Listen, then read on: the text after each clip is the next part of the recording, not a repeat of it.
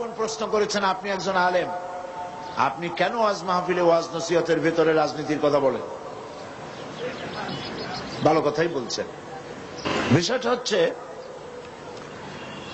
আল্লাহ যদি রাজনীতির কথা না বলতেন, রাসূল করিম সাল্লাল্লাহু আলাইহি ওয়াসাল্লাম যদি রাজনীতি না করতেন, সাহাবায়ে কেরাম যদি রাজনীতি না করতেন, আমি সাঈদী রাজনীতির কথা বলতাম না।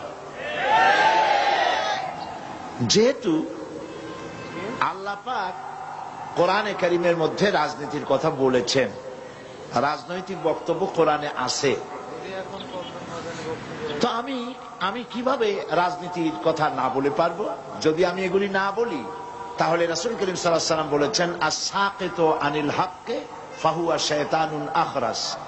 যে ব্যক্তি হক কথা বলে না, জেনে হক জানে অথচ সে বলে না, সে বোবা শয়তান।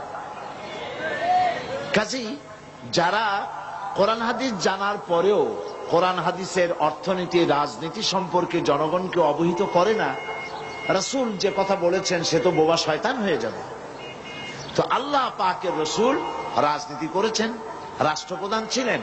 গতকাল এই বোন যদি মাহফিলে থাকতেন তো আজকের এই প্রশ্ন করতেন না বলি আমি মনে করি। কালকের রাজনীতির কথা যথেষ্ট আমি বলেছি, কোরআনে কারিমে কি আছে, রাসূল কি করেছেন, বলি নাই? সুতরাং আমার বোনকে আমি অনুরোধ করব, মেহেরবানি করে আপনি কোরআন হাদিস ভালো করে পড়ুন, তাহলে বুঝতে পারবেন রাজনীতি করা মুসলমানদের জন্য নফল নয়, সুন্নত নয়, ফরজ। মুসলমানেরা ইসলামী রাজনীতি করবে। কি রাজনীতি করবে? ইসলামী রাজনীতি করবে। কেন? আমি যদি রাজনীতি না করি তাহলে সুদ বন্ধ করব কি করে? সুদ কি হালাল না হারাম? বলেন, হালাল না হারাম?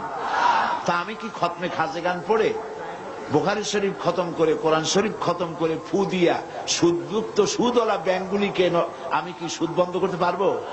বাংলাদেশের সমস্ত আলেমরা যদি পানি পড়িয়া সেই পানি সুদের ব্যাংকে ঢালিয়ে দেয়, তাতে কি সুদ বন্ধ হবে?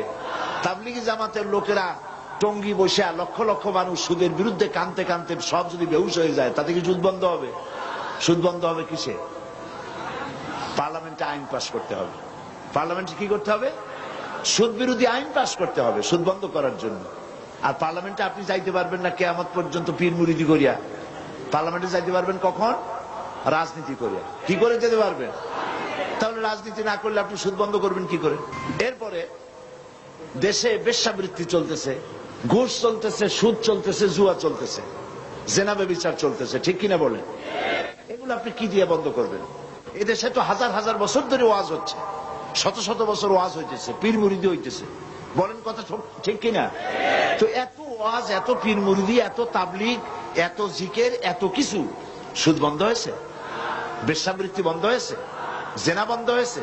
চুরি ডাকাতি বন্ধ হয়েছে? সেগুলি আপনি বন্ধ কি দিয়ে করবেন?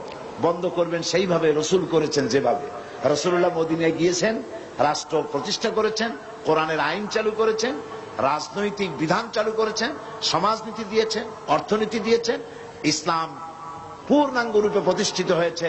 চুরি ডাকাতি, জেনা ব্যভিচার অটোমেটিক্যালি সব বন্ধ হয়ে গেছে। কাজেই আল্লাহ রাসূল যে কারণে রাজনীতি করেছেন, আমিও একই কারণে রাজনীতি করি।